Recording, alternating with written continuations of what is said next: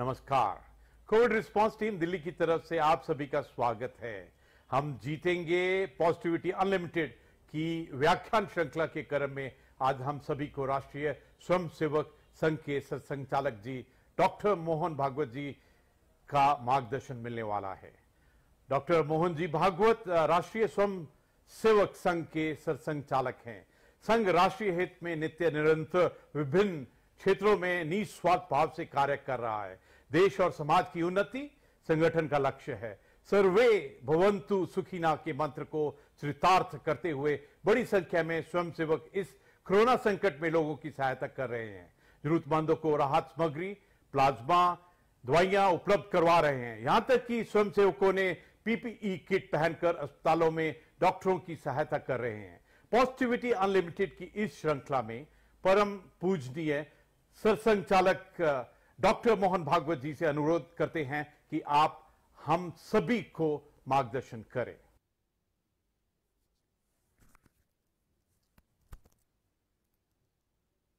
Covid response team CRT के सभी कार्यकर्ता गण एवं आभासी माध्यम से इस व्याख्यान श्रृंखला के कार्यक्रम में उपस्थित सर्व श्रोतागणों को मेरा सादर सस्नेह नमस्कार।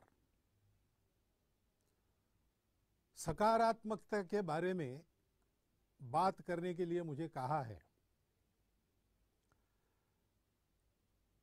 कठिन है क्योंकि समय बहुत कठिन चल रहा है। अनेक जगह, अनेक परिवारों में कोई अपने, कोई आत्मीय बिछड़ गए हैं। अनेक परिवारों में तो भरण पोषण करने वाला ही परिवार का सदस्य अचानक चला गया। 10 दिन में जो था वो नहीं था, ऐसे हो गया।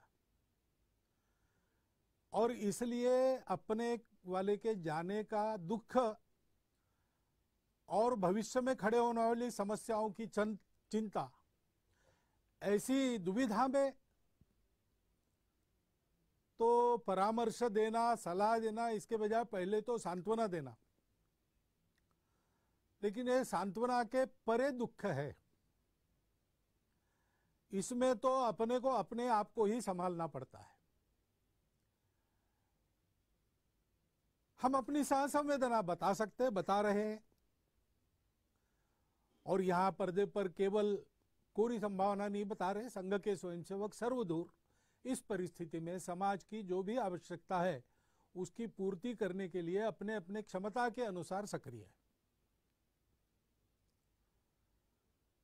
परंतु ये कठिन समय है।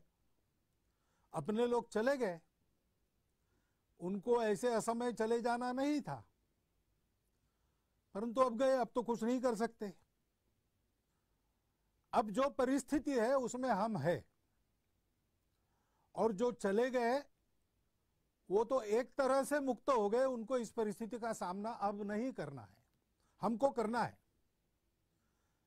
पीछे हम लोग हैं, हमको अपने आप को और अपने सबको सुरक्षित रखना है। और इसलिए हमको नेगेशनिज्म नहीं चाहिए। कुछ नहीं हुआ, सब कुछ ठीक है, ऐसा हम नहीं कह रहे। परिस्थिति कठिन है, दुखमय है, मनुष्य को व्याकुल करने वाली है, निराश करने वाली है।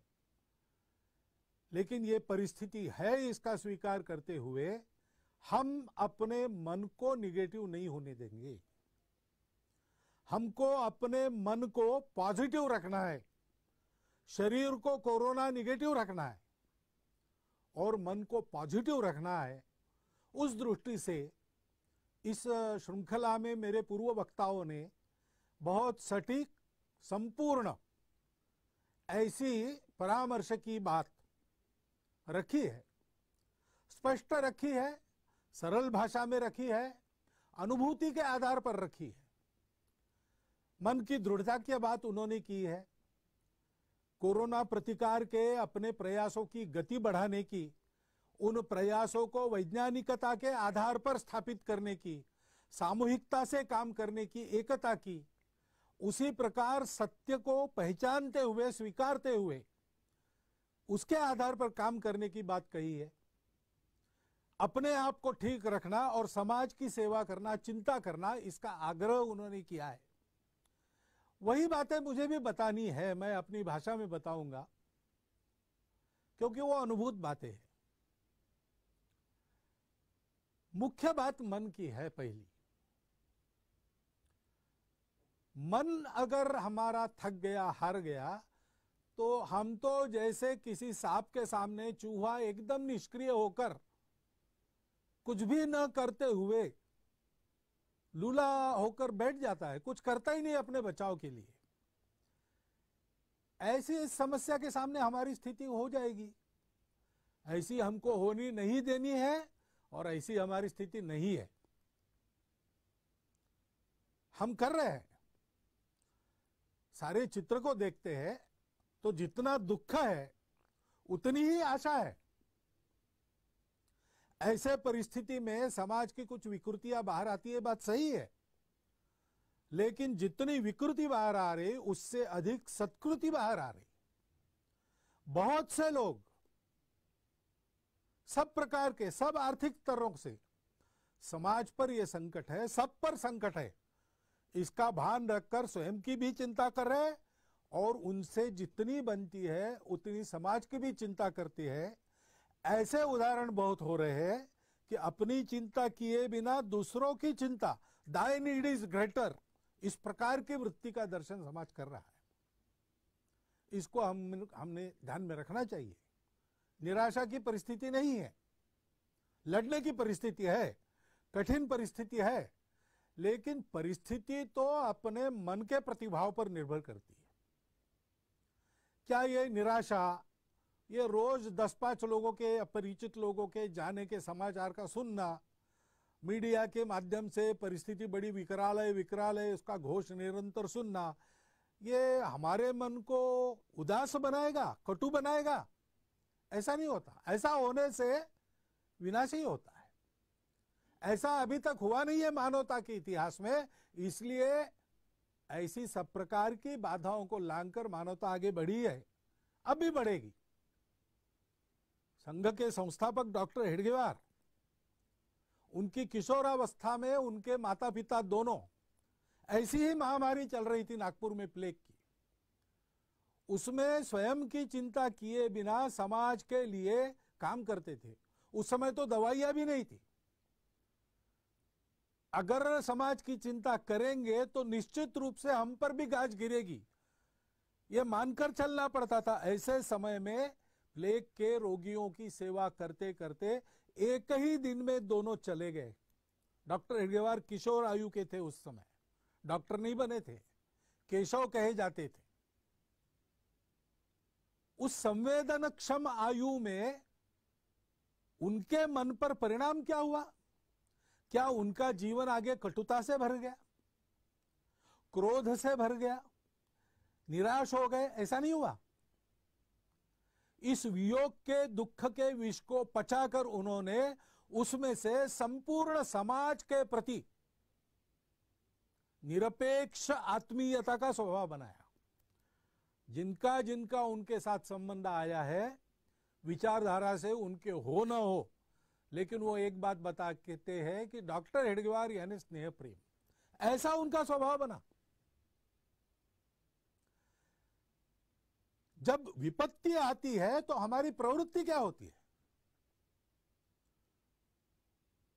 हम जानते हैं, हम भारत के लोग हैं, हम जानते हैं कि ये जीवन जरा मरण का चक्र चलते रहता है।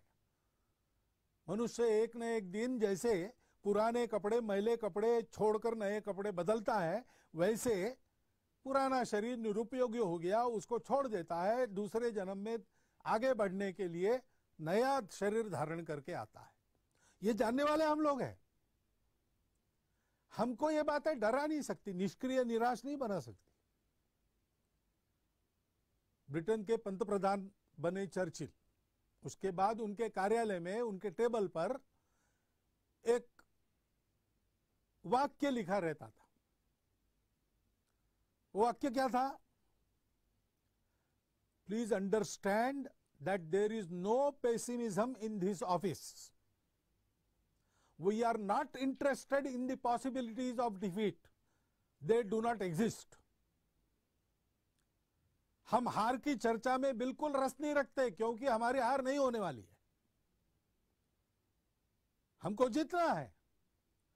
संपूर्ण राष्ट्र को अपने उत्साह से, अपने वक्तृत्व से, अपने करने से चर्चिल ने इस मनस्थिति पर खड़ा किया कि चाहे जो हो, हम हारेंगे नहीं, हम शरण नहीं जाएंगे, हम जीतेंगे। और वो जीते, विपरीत परिस्थिति में जीते। उस समय का डाटा अगर फीड करते कंप्यूटर में, तो कंप्यूटर कहता कि इंग्लैंड बेचिराग हो जाएगा। लेकिन लगातार महीना भर दिन रात बम के रेड़ों को झेलकर ब्रिटेन की जनता ने अपने देश को केवल टिकाया नहीं, तो उस शत्रु को पूर्ण परास्त किया। ये क्यों हुआ? क्योंकि ये प्रवृत्ति ही ऐसी थी। सामने जो संकट है, जो दुख है, जो अंधकार है, उसको देखकर वो निराश नहीं हुए, उन्होंने उसको एक चुनौती मान लिया। हमको भी ऐसा संकल्प करके इस चुनौती से लड़ना है और संपूर्ण विजय इस पर पाएंगे, तब तक सतत प्रयास करते रहना है। संकल्प की दृढ़ता का जैसे महत्व है, वैसे प्रयास के सातत्य का महत्व है। पहली लहर आने के बाद हम सब लोग जरा गफलत में आ गए। क्या जनता, क्या शासन, क्या प्रशासन मालूम था? डॉक्टर लोग इशारा दे रहे थे, फिर भी थोड़े गफलत में आ गए, इसलिए संकट खड़ा हुआ। अब आगे तीसरे लहर की चर्चा कर रहे हैं, तो डरना है क्या उस चर्चा के कारण? डरना नहीं है। अगर वो आती है तो जैसे चट्टान पर टकराकर सागर की लहर चूर चूर होकर वापस लौटती है, वैसे उस आपत्ति को लौटना पड़े, ऐसी तैयारी हमको करनी है। ये प्रवृत्ति चाहिए, उसकी आवश्यकता है, और उस दृढ़ता के साथ सतत प्रयास हमको करने हैं। समुद्र मंथन के समय कितने ही रत्न निकले, लेकिन उन रत्नों के आकर्षण से प्रयास बंद नहीं हुए, मंथन चलता रहा। हलाहल विष जैसी भीति भय उत्पन्न हुआ, लेकिन उसके कारण भी प्रयास से विरत नहीं हुए। अमृत प्राप्ति होने तक प्रयास चलते रहे। और इसलिए सुभाषित में कहा है, रत्नैर महाहैर स्तुतुषुर्न देवा, उससे तोषित नहीं हुए, तुष्ट नहीं हुए। न भेजिरे भीम विषयम भीतिम, हलाल जैसा कराल विष, उसके कारण भी डरे नहीं। सुधाम विना न प्रयोयुर्विराम, अमृत मिलते तक उनके प्रयास चलते रहे। न निश्चितार्थात विरमंती धीरा, धीर लोग जो रहते हैं, धैर्यवान लोग रहते हैं, वो प्रयास सतत जारी रखते जब तक उपलब्धि होती नहीं पूरी की पूरी। हमको वैसे करना है, और स्वाभाविक आपत्ति सारी मानवता पर है। भारत को अपना उदाहरण रखना है, पूरे भारत को एक समूह के नाते सारे भेद भूलकर दोष गुणों की चर्चा अभी उसको विराम देकर, उसके लिए बाद में समय मिलेगा। अभी तो हमको सबको एक टीम के नाते काम करना है, मिलकर काम करना है। गति बढ़ाने की बात श्रीमान अजीम प्रेम जी ने की, स्पीड चाहिए। वो स्पीड कैसे तैयार होगा? सब लोग परस्पर एक टीम बनकर काम करेंगे। अभी पिछले बार पूना शहर में और इस बार भी उस शहर के उद्योजक, बड़े व्यापारी, प्रशासन के लोग, डॉक्टर लोग, अस्पतालों के कर्मचारी, जनता के संगठनों के प्रतिनिधि, सब ने मिलकर एक समूह बनाया पीपीसीआर नाम का, और बहुत अच्छी तरह से अत्यंत कठिन परिस्थिति का सामना करके उसमें से वो निकला है। सर्वदूर ऐसा सामूहिक प्रयास चलना चाहिए। देर से जागे तो कोई बात नहीं, सामूहिकता के बल पर अपनी गति बढ़ाकर हम ये जो सारा अंतर पड़ा है, बैकलॉग है, उसको भर के आगे निकल सकते हैं। निकलना चाहिए। कैसे करना?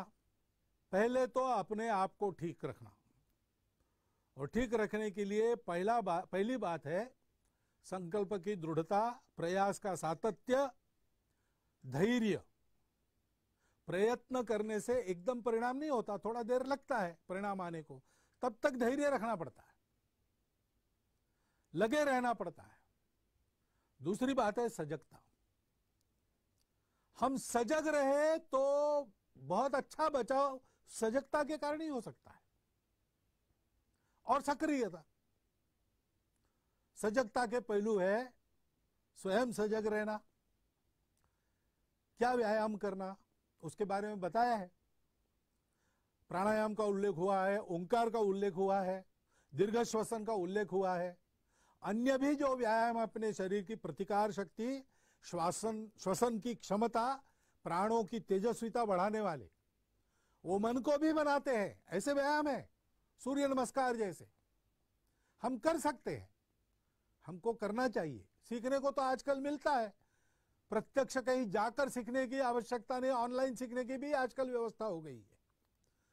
और इन बातों को समझने वाले, सिखाने वाले तो आजकल अभ्यास के कारण आसपास भी मिलते हैं। बहुत कठिन क्रियाएं नहीं है उसको करना। आहार ठीक रखना, शुद्ध स्वच्छ सात्विक आहार करना, शरीर की ताकत को बढ़ाने वाला आहार करना, उसके बारे में भी बहुत सारी जानकारी इंटरनेट पर आपको मिलती है। लेकिन जानकारी के बारे में ध्यान रखना। जो कहा गया कि वैज्ञानिकता का आधार लेना चाहिए, वैज्ञानिकता क्या है? परीक्षा करके लेना। कोई कहता है इसलिए वो ठीक है, ऐसा नहीं है। टेक्स्ट बुक में लिखा है इसलिए सबको लागू होगा, ऐसा भी नहीं है। नया है इसलिए ठीक है, पुराना है दकियानुसी है, ऐसा भी नहीं है। और पुराना है इसलिए ठीक है और नया है इसलिए बेकार है, ऐसा भी नहीं है। जो भी आ रहा है उसको परख के लेना चाहिए। तज्ञ लोग, आप्त लोग, हमारा स्वयं का अनुभव और उसके पीछे का वैज्ञानिक तर्क, इसकी परीक्षा करनी चाहिए। पुराणं नित्यं न साधु सर्वं न चापि काव्यम नवम इति अवद्यम संतः परीक्षान्यतरत भजन्ते मूढ़ पर प्रत्ययने बुद्धि। हमारे तरफ से बेसिर पैर की कोई बात समाज में न जाए, और बेसिर पैर की कोई बात समाज में चल रही तो उसके बलि हम न बने, इसकी चिंता करनी है। आयुर्वेद अपना एक सिद्ध शास्त्र है, उसके अनेक नुस्खे हैं, अनुभूत है, परंपरा में चल रहे हैं। आयुर्वेद का तर्क उसके पीछे है, उसका उपयोग करने में कोई दिक्कत नहीं। लेकिन आयुर्वेद के नाम पर कई बातें ऐसी चलती रहती है। कोई बताने वाला व्यक्ति, उसको उसका लाभ होता होगा तो हो, लेकिन सबके लिए बताने लायक वो बातें तब तक नहीं है जब तक वो इस वैज्ञानिकता के तर्क के आधार पर, लंबे अनुभव के इतिहास के आधार पर और शास्त्रों के आधार पर सही नहीं उतरती। और इसलिए सावधानी रखकर ऐसे उपचार और आहार का सेवन करना, विहार का भी ध्यान रखना। युक्ताहार विहारस्य युक्त कर्मसु चेष्टसु। शरीर को, मन को अशक्त बनाने वाले कर्मों को छोड़ दीजिए, खाली रहना बंद कीजिए, खाली मत रहिए, कुछ ना कुछ नया सीखिए, अपने परिवार के साथ गपशप कीजिए, अपने बच्चों को अधिक अच्छा समझिए, अपने बच्चे हमको अधिक अच्छा समझे, ऐसा संवाद कायम करें। कई बातें हैं, कुटुंब को भी प्रशिक्षित किया जा सकता है, ऐसा समय हमारे पास मिला है, उसका उपयोग कीजिए, खाली नहीं रहना। और युक्ताहार विहार में मुखाच्छादन पहनना, मास्क का उपयोग करना, इसकी दक्षता ये अनिवार्य है। पर्याप्त अंतर पर रहकर एक दूसरे से संबंध रखना आवश्यक है, अनिवार्य है। वैसे ही स्वच्छता का पालन करना, सैनिटाइजेशन करते रहना, सारी बातें मालूम है हमको। अनदेखी होती है, असावधानी होती है, और जब सावधानी हटती है तब दुर्घटना घटती है। इसलिए सजगता रखना। थोड़ी सी आशंका हो गई कि कुछ गड़बड़ है तो उपचार के लिए संकोच मत करना। कुछ लोग कोरोना का पॉजिटिव होना बड़ी बदनामी मानकर छुपा के रखते हैं, जल्दी उपचार नहीं लेते। अस्पताल में जो वातावरण रहता है उसके डर के मारे एडमिट होने में आनाकानी भी करते हैं। और दूसरा सिरा यानी भय के कारण अनावश्यक उपचार करते हैं, अनावश्यक एडमिट होते। तब यह होता है कि जिसको वास्तविक जरूरत है उसकी जगह बुक हो जाती है, उसको नहीं मिलती। और इसलिए तुरंत वैद्यकीय सलाह लेकर वो जैसा कहते वैसा करना, निसंकोच करना। समय पर इसके उपचार होते हैं तो बहुत कम उपचारों में, बहुत कम दवाइयों में प्राथमिक सावधानियां बरतने से भी इस बीमारी से आदमी बाहर आ सकता है। इसलिए उसकी चिंता करनी चाहिए और ये हम कर रहे हैं। जो जो हमारे संपर्क में आते हैं उन सबको बताना चाहिए, उनसे करवा लेना चाहिए। जन प्रबोधन और जन प्रशिक्षण का बड़ा महत्व है। हम अपने स्तर पर अपने संपर्क के दायरे में जो जो आते हैं उनसे ये संवाद कर सकते हैं और जन प्रबोधन जन जागरण के प्रयास जो लोग कर रहे हैं उनके कार्य में भी सहभागी हो सकते हैं और प्रत्यक्ष सेवा करनी है। जिनके स्वास्थ्य पर कोरोना का आघात हुआ है उनकी सेवा करनी है, उनके लिए बेड चाहिए, व्यवस्था करनी है, ऑक्सीजन चाहिए, उपयोगी व्यवस्थाएं खड़ी करने में और सेवा करनी है। कई प्रकार की सेवाएं स्वास्थ्य को लेकर इसमें करनी है। पहली लहर में हमने कुछ की थी, अब कुछ अधिक प्रकार करने की आवश्यकता है। करने में बहुत लोग लगे हैं, हम उसमें सहभागी हो जाएं।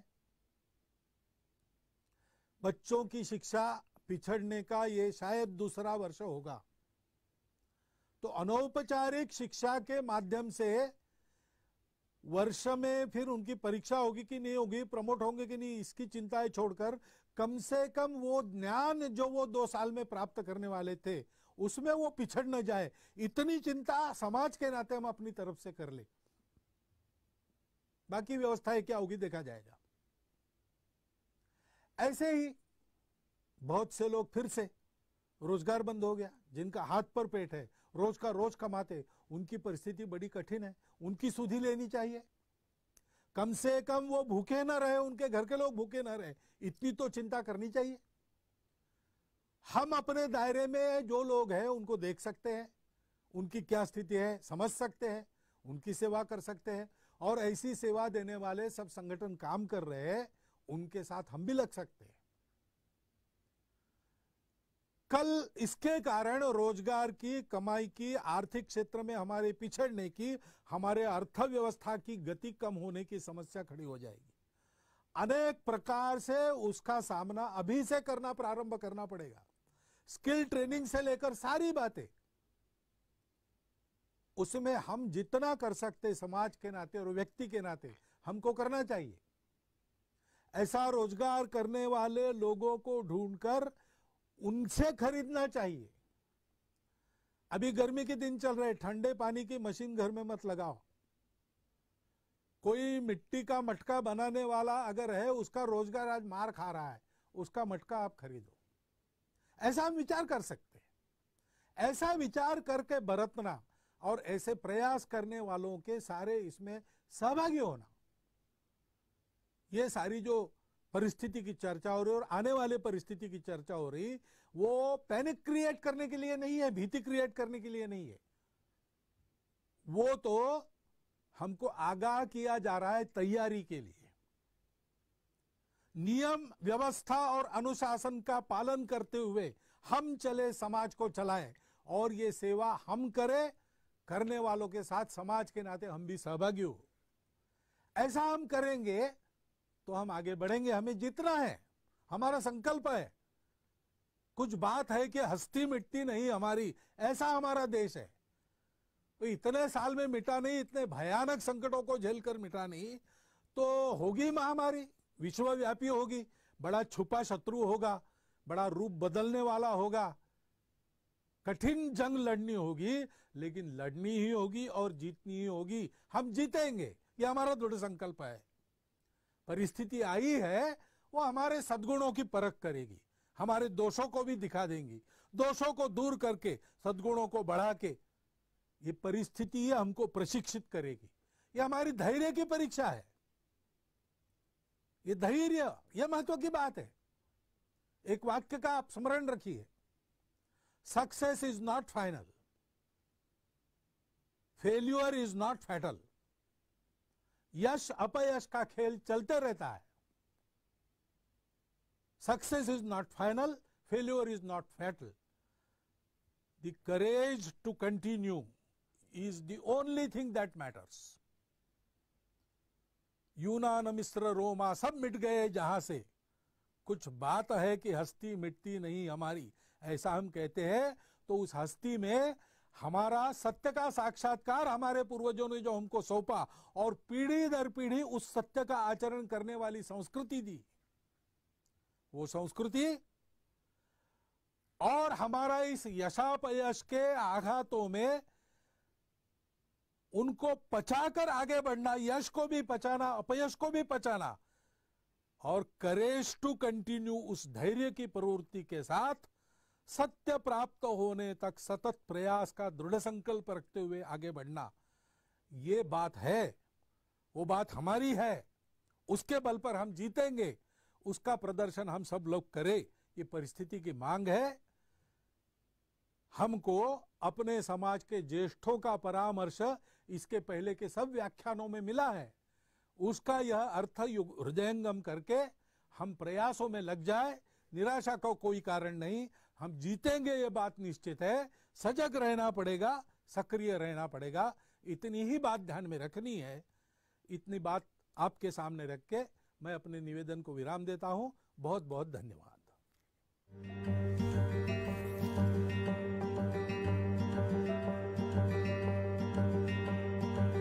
एक्टिव केसेस थे वह घटते घटते अब 15.1% हो चुके हैं। इसी तरीके से 3 मई से एक रिकवरी में भी हम एक ग्रोथ देख रहे हैं, जहां हमारी रिकवरी परसेंटेज ओवरऑल अराउंड 81.7% थी, वह बढ़ते बढ़ते 83.83% के करीब हो चुकी है। पिछले